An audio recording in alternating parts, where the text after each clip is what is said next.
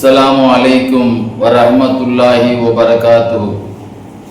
அல்ஹம்துலில்லாஹி ரப்பில் ஆலமீன் வல் ஆகிபத்து லில் முத்தகீன் வஸ்ஸலாத்து வஸ்ஸலாமு அலா சய்யிதில் முர்சலீன் வ ஆலிஹி வ ஸஹ்பிஹி அஜ்மாயின். அல்லாஹ்வுடைய நல்லடியார்களே, பெரியவர்களே, அருள்மறை குர்ஆன் ஷரீஃபிலே 6666 வசனங்கள் இருக்கிறது. அதில் 2 வசனங்களை நீங்கள் பார்த்தால் சஹாபாக்களுடைய அடக்கப்பட்ட அந்த சஹாபாக்களுடைய ஜனாசாக்கள், அவர்களுடைய பூத உடல்களை பற்றி அல்லாஹ்வுடைய பாதையிலே அவர்கள் ஜிஹாது செய்து போர் செய்து உயிர் துறந்த அந்த மேதைகளை குறித்து அல்லாஹ் சொல்லியிருப்பான். ஒரு இடத்திலே சொல்லியிருப்பான், நீங்கள் அல்லாஹ்வுடைய பாதையிலே கொல்லப்பட்டவர்களை, பொதுவாக ஒரு ஆயத்து இறங்கும் போது அந்த ஆயத்தினுடைய காலத்தில், சஹாபாக்கள் காலத்தில் தான் அது நடக்குது. அப்போ முதல்ல அந்த சஹாபாக்களை தான் முதல்ல பொருத்தி பார்க்கணும். ரசூலுல்லாஹ்வுடைய காலத்தில் ரசூலுல்லாஹ்வோடு போர்க்களத்தில் கொல்லப்பட்டவர்களை நீங்கள் மையத்துகள் என்று சொல்லாதீர்கள், ஜனாசா என்று சொல்லாதீர்கள், மரித்தவர்கள் இறந்தவர்கள் என்று சொல்லாதீர்கள். அப்படி என்றால் அவர்களுடைய நிலை என்ன? பல்ஹும் அஹ்யாவுன் இன்த ரப்பிஹிம், அல்லாஹ்விடத்திலே அவர்கள் உயிரோடு இருக்கிறார்கள். அந்த வார்த்தை அல்லாஹ் சொல்ல வேண்டிய தேவையில்லை.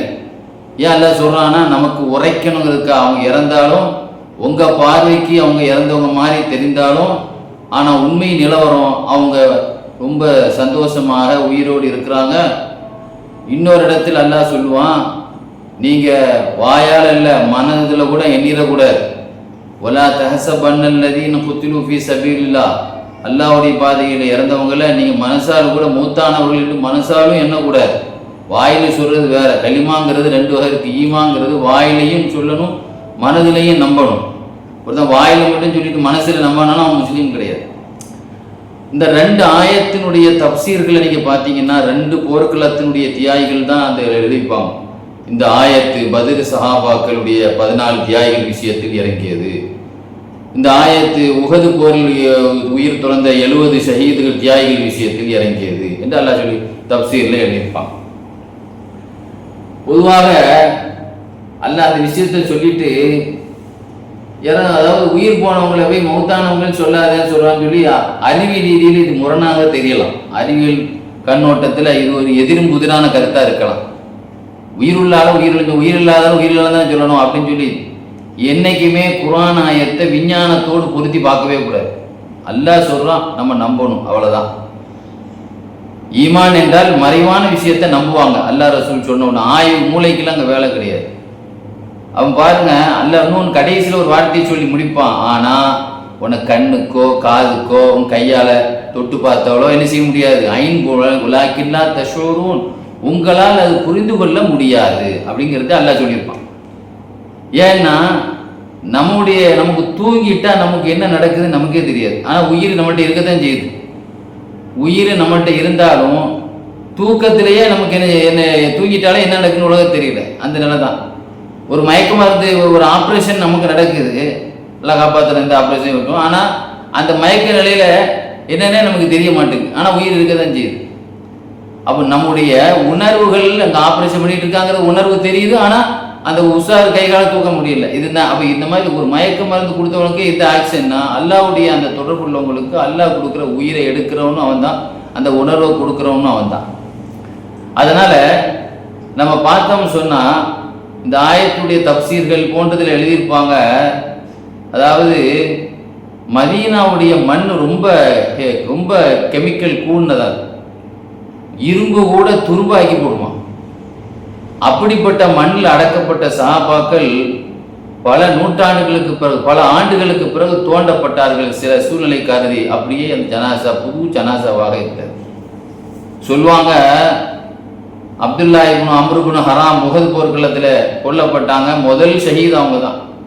மகனே, நாளைக்கு போர்க்களத்தில் நான் தாப்பா முதல்ல ஷஹீத் ஆகுவேன் அப்படின்னு கூட சொன்னாங்க. அதன்படி நடந்தது. ஜாபிர் ரலியல்லாஹுடைய தந்தை அவங்க சொல்லுவாங்க, எங்கள் வாப்பாவை அடக்கணும் கூட சேர்ந்து அவருடைய நண்பர் அப்துல்லா இப்னு ஜஹஷ் 2 பேரும் சேர்ந்து தான் ஒரே இடத்துல அடக்கணும். அப்புறம் 2 பேர், ஏன்னா குழி நிறைய தோண்ட வேண்டியதாகி போச்சு. 70 பேருக்கு உள்ள ஷஹீதாகிட்டதுனால அதனால எல்லாரும் 70 குழி தோண்டப்படலை. இதில் 3 பேர் 2 பேர் இப்படி வச்சு தான் அடக்குனாங்க. அப்போ எங்கள் வாப்பாவுடைய நண்பர்னால அவரை சேர்த்து வச்சு நான் அடக்கினேன். பின்னால் நான் தனியாக தோண்டி அடக்கலான்னு நான் அபிப்பிராயப்பட்டேன். ஒரு 6 மாதம் கழிச்சு தோண்டினேன். ஏன்னா இது சின்ன முடியில் ஏற்பட்ட ஒரு சில மாற்றத்தை தவிர உடம்பு அப்படியே எப்படி புரிஞ்சோமோ அப்படியே இருந்தது அப்படின்னு சொல்லுவாங்க.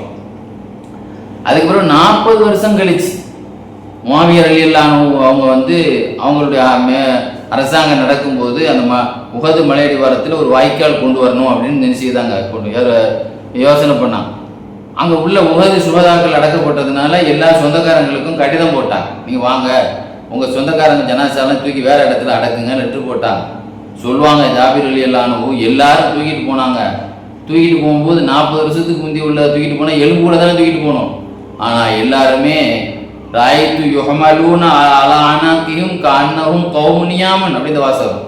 அவர்கள் தூங்குறவளை கீழே படுத்துக்க தூங்குறவளை தூக்கி தோளில் வச்சு தூக்கிட்டு போகிற மாதிரியே 70 வருஷத்துக்கு பிறகும் அப்படியே அந்த ஜனாசா இருக்குது.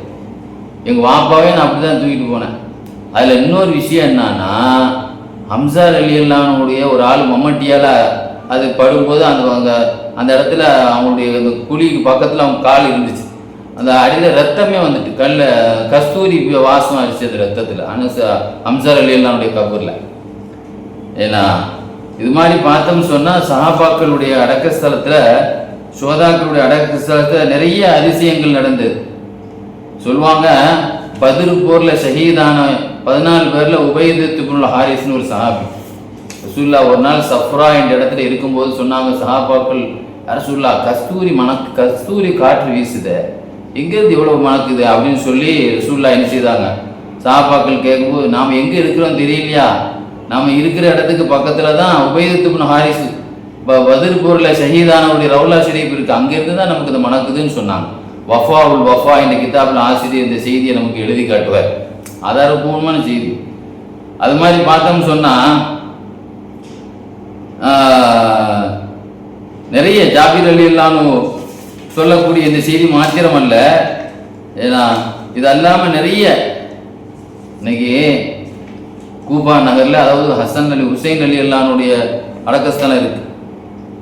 ஹசன் ரலியல்லாஹுடைய அடக்கஸ்தலத்தில் ஒருத்தர் என்ன செய்தான், ஹசன் ரலியல்லாஹு யாருக்கு பிடிக்காதுன்னு சொன்னால் இந்த ஒரு கூட்டம் இருக்குது, அந்த கூட்டத்துக்கு பிடிக்காது. ஏன்னா அந்த கூட்டத்தை எதிரி கூட்டத்தை சார்ந்த ஹவாரிஜி கூட்டத்தை சார்ந்தவனுக்கெல்லாம் பிடிக்காது. அவன் என்ன செய்தான், அதில் அவங்களோட மலஞ்சலம் கழிச்சானா அங்கே இருந்து அந்த கபூர் மேலே. அவங்க அதுக்கு பிறகு ஏன்னா அவன் இறந்து நாய் மாதிரி கத்துனான். அவனுக்கு ஒரு வகையான ஒரு வியாதி ஏற்பட்டு அந்த நோயில் வந்து நினச்சிதான் நாய் மாதிரி கத்தி நினச்சிதான் அவன் இறந்தான். ஏன்னா அவன் கபூரில் இருந்து கூட நாய் மாதிரி கத்துற சத்து கேட்டுச்சான். எவன் சிறுநீர் கழிச்சானோ அந்த ரசூலுல்லாஹுடைய பேர பிள்ளைகளுடைய கபூரில். அப்போ சஹாபாக்களுடைய அடக்கஸ்தலங்கிறது அது ரொம்ப ஜாக்கிரதையாக இருக்கணும், மரியாதையாக இருக்க வேண்டியது. ஏன்னா மஹமூதுல் குர்தி மதீனாவை சார்ந்தவர் வரலாற்று ஆசிரியர் மஹமூதுல் குர்தி சொல்லுவாங்க, ஹம்சா ரலியல்லாஹுடைய மதீனாவில் ஹம்சா ரலியல்லாஹுடைய ரவுலா ஷரீஃபுக்கு நான் போயிருந்தேன் ஜியாரத்து பண்ணுறதுக்கு. அஸ்ஸலாமு அலைக்கும் சொன்ன வலைக்கும் சலாம்னு பதில் வந்துச்சுன்னு சொல்கிறார். அல் பாக்கியாத்து சாலிஹாத்துன்னு கிதாப் எழுதியிருக்கிறார் மஹமூதுல் குர்தி, மதீனாவை சார்ந்தவர். அந்த அல் பாக்கியாத்து சாலிஹாத்துன்னு கிதாப்பில் தான் அந்த செய்தியை சொல்கிறார். நான் வந்து ஹம்சா ரலியல்லாஹுடைய ரவுலா ஷரீஃபுக்கு ஜியாரத்துக்கு போயிருந்தேன். நான் சலாம் சொல்லும்போது அங்கேருந்து ஏன்னா பதில் வந்து மட்டும் இல்லாமல் உன் பிள்ளைக்கு என் பேரவை என்கிற செய்தியை சேர்த்தே சொன்னாங்க. வலைக்கும் சலாம் யா மஹமூதுல் குர்தி அப்படின்னு சொல்லிட்டு என்ன சொன்னாங்க, உன் பிள்ளைக்கு என் பேரை என்ன நினைச்சி வை அப்படின்னு சொன்னாங்க. அந்த அளவுக்கு சுஹதாக்களுடைய அடக்கஸ்தலம். சாபித் இப்னு கைஸ் ரசூலுல்லாஹுடைய காலத்தில் மதீனாவினுடைய அன்சாரிகளின் பேச்சாளராக திகழ்ந்தவர்கள். ரசூலுல்லாஹ் ஒரு கூட்டத்தில் போய் பேச போகிறாங்கன்னா தான் போகலைன்னா இவங்களை அனுப்பி வைப்பாங்க. அந்த அளவுக்கு பெரிய பேச்சாளர் சாபித் இப்னு கைஸ் ரலியல்லாஹு யமாமா போர்க்களத்தில், யமாமா என்ற ஊரில் ஒருத்தன் பொய்யன் போலியானவன் தான் நபியை சொல்லி ஒரு பிரச்சாரம் பண்ணி ஒரு கூட்டத்தை உருவாக்கிட்டு வந்த பொழுது அவனை ஏத்தூர் சண்டையை நடத்தினாங்க அபூபக்கர் சித்திக் ரலியல்லாஹு. அந்த அணியில் போய் அவங்க ஷஹீதாயிட்டாங்க. அவங்க ஜனாசாவை கபருக்குள்ளே வைக்கும் பொழுது யாருடைய கபரு சாபித் இப்னு கைஸ் ரலியல்லாஹு கபரை வந்து ஜனாசா கபூரில் வைக்கும்போது அங்கேருந்து ஒரு சத்தம் கேட்டுச்சான். அதாவது முஹம்மது ரசூலுல்லா அவங்க சொல்றாங்க, உள்ள துணிக்குள்ள கொதிச்சு வச்சிருக்கோம். முஹம்மது ரசூலுல்லா, அபுபக்கர் சித்திக், உமரு ஷஹீத், உஸ்மானை பர்ருர் ரஹீம் அப்படின்னு சொல்றாங்க. என்னடா பேசுற மாதிரி இருக்குன்னு திரும்பி பார்க்குறோம், அவங்க என்ன செய்யறாங்க, உயிரில் மையத்தா இருக்கிறாங்க. ஆக அந்த நிலையில் அல்லாஹ் அவங்களுக்கு ஏன்னா இது காலி இயாவ் தன்னுடைய ஷிஃபால அந்த கிதாபை செய்தி கொண்டு வர்றாரு. அது மாதிரி ஹந்தக்கு யுத்தம் ஹிஜ்ரி 5ஆம் ஆண்டு மதீனாவினுடைய 10,000 பேர் மதீனா ஊருக்குள்ள நுழைய இருக்கிறாங்கன்னு கேள்விப்பட்டவுடனே அவ்வளவு பேரையும் எதிர்கொள்ள தயார் பலம் இல்லாதனால ராஜதந்திரத்தை கையாளுவதற்காக ரசூல் ஸல்லல்லாஹு அலைஹி வஸல்லம் சல்மான் பாரிசி சொன்ன யோசனைப்படி ஊரை சுற்றி ஒரு பெரிய புளியை தோண்டி வச்சிருந்தாங்க. அந்த யுத்தம் அதுல மதீனாவினுடைய அன்சாரிகளின் தலைவர் ஹவுசு கூட்டத்து தலைவர் சஅத் இப்னு முஆத் அவர்கள் படுகாயம் அடைந்து அப்புறம் என்ன செய்தாங்க, சிகிச்சை பெற்று வந்தாங்க. அப்புறம் ஷஹீத் ஆயிட்டாங்க. அவங்க ஜனாசாவை தோண்டும் பொழுது கஸ்தூரி வாசம் வீசிக்கொண்டே இருந்தது. சொல்லுவாங்க, அபூ சயீத் குத்ரி ரலியல்லாஹு அன்ஹு, நான் தான் மம்மட்டியால் தோண்டினேன் அவங்கள கபூரில் வைக்கிறதுக்கு. மண்ணை எடுக்க எடுக்க ஏதோ கஸ்தூரி சுரங்க மாதிரி அந்த மனம் வந்துக்கிட்டே இருந்துச்சு. ரசூல் ஸல்லல்லாஹு அலைஹி வஸல்லம் சுப்ஹானல்லாஹ், ரசூல்லா பக்கத்தில் இருந்து சுப்ஹானல்லாஹ் சுப்ஹானல்லாஹ்னு சொல்லி என்ன செய்தாங்க, ரசூல்லா ரொம்ப ஆச்சரியப்பட்டாங்க. இதில் இன்னொரு வேடிக்கை என்ன அப்படின்னா, இன்னொரு மனிதர் கையில் கொஞ்சம் மண்ணெள்ளி வச்சிருந்தார். பொதுவாக கபூரில் போடுறதுக்காக மின்ஹா கலக்னாக்கும், இந்த மண்ணிலிருந்தே நாம் வந்தோம், இந்த மண்ணிலிடமே திரும்புகிறோம் அப்படின்னு சொல்லியிருக்கா எல்லாரும் மண்ணெள்ளி கொஞ்சம் போடுவாங்க. அதை போடுறதுக்காக ஒரு மனிதர் வச்சிருந்தவர் போடாமல் வச்சிருந்த வீட்டில் பார்த்தா அது கஸ்தூரியாக இருந்தது. அவர் எடுக்கும்போது மண்ணாக இருந்தது. இந்த செய்தியை சொல்லக்கூடியவர் 2ஆம் நூற்றாண்டினுடைய காலத்தில் வாழ்ந்த வரலாற்று நாயகர் தபக்காத்துல் குப்ரா என்ற கிதாபில் இப்னு ஸஅத் ரஹ்மத்துல்லாஹி அலைஹி இந்த 2 கஸ்தூரி செய்தியும் எழுதியிருப்பார். இந்த அளவுக்கு சஹாபாக்களுடைய அடக்கஸ்தலம் ரொம்ப புனிதமானதாக. இன்னைக்கு துருக்கி தலைநகர் இஸ்தான்புல்ல தான் அடக்கப்பட்டிருக்கிறாங்க அய்யூபுல் அன்சாரி, அபு அய்யூபுல் அன்சாரி ரலியல்லாஹு அன்ஹு. ஒரு காலகட்டத்தில் துருக்கி ரோம் நாட்டினுடைய அரசாங்கமாக இருந்தது. அது ரோம்ல அதையும் சேர்ந்தது இருந்தது. இன்னைக்கு தான் துருக்கியாக பிரிக்கப்பட்டிருக்கு. அப்போ ரோமாபுரியாக இருக்கும் பொழுது சஹாபாக்கள் போருக்கு போயிருந்தாங்க. யசீத் முஆவியா இல்லாத சின்ன வாப்பா யசீதுடைய தலைமையில தான் என்ன செய்தாங்க, போயிருந்தாங்க. அங்கேயே சோம் இல்லாமல் ஆயிட்டாங்க. சொன்னாங்க, தளபதிட்டு நான் இறந்துட்டா இந்த மைதானத்திலே அடைக்கிறங்க, தடயத்தை அழிச்சிருங்க. ஏன்னா எதிரிகள் அந்த ஜனாசா தூக்கி ஏன்னா வெளியே போட்டக்கூடாது இல்லை, அதனால சொல்லியிருந்தாங்க. அதன்படி அந்த மைதானத்திலேயே என்ன செய்தாங்க, அடக்கப்பட்டாங்க சல்மான் அபூ அய்யூப் அன்சாரி எல்லாம். அந்த கிதாபை எழுதிட்டு அந்த வரலாறு எழுதிட்டு கடைசியாக ஒரு லைன் எழுதியிருப்பார். வரலாற்றுனா சஹாபாக்களுடைய வரலாறு எழுதிய இப்னுல் அசீர் ரஹ்மத்துல்லாஹி அலைஹி, ரோமானிய மக்கள் அந்த ஊரிலே மழை இல்லை என்றால் குஸ்துன்துனியா நகரில், குஸ்துன்துனியா நகர்ங்கிறது இன்னைக்கு அது துருக்கி தலைநகர் இஸ்தான்புல். ஏன்னா அப்போ அந்த ஊரில் மழை இல்லைன்னா ரோமானியர்கள் அங்கே என்ன செய்வாங்களாம், பிரார்த்தனை கூட்டம் நடத்துவாங்க. எல்லாம் உட்காந்து விசேஷ கூட்டம் நடத்தி அங்கிருந்து என்ன செய்வாங்களாம், ஆண்டவா இந்த புனிதமிக்க மனிதரின் பொருட்டால் எங்கள் ஊருக்கு மழையத்தான் சொல்லி கிறிஸ்துவர்கள் கூட்டம் நடத்தி பிரார்த்தனை பண்ணுவாங்க. கிறிஸ்துவர்கள் கூட்டம் இன்ன ரூமையத்தஹா ஹதூன வயஸ்தஸ்கூன அப்படி பிரார்த்தனை முடிச்சுட்டு அவங்க அடக்க ஸ்தலத்தினுடைய அந்த கதவை திறந்த உடனே மழை பெய்ய ஆரம்பிச்சிடும். இது இன்னைக்கு வரைக்கும் அந்த அதிசயம் நடந்துகிட்டே இருக்குன்னு சொல்லி தான் எந்த நூற்றாண்டில் அந்த கிதாபை எழுதினாரோ அந்த நேரம் வரைக்கும் குறிக்கிறார்.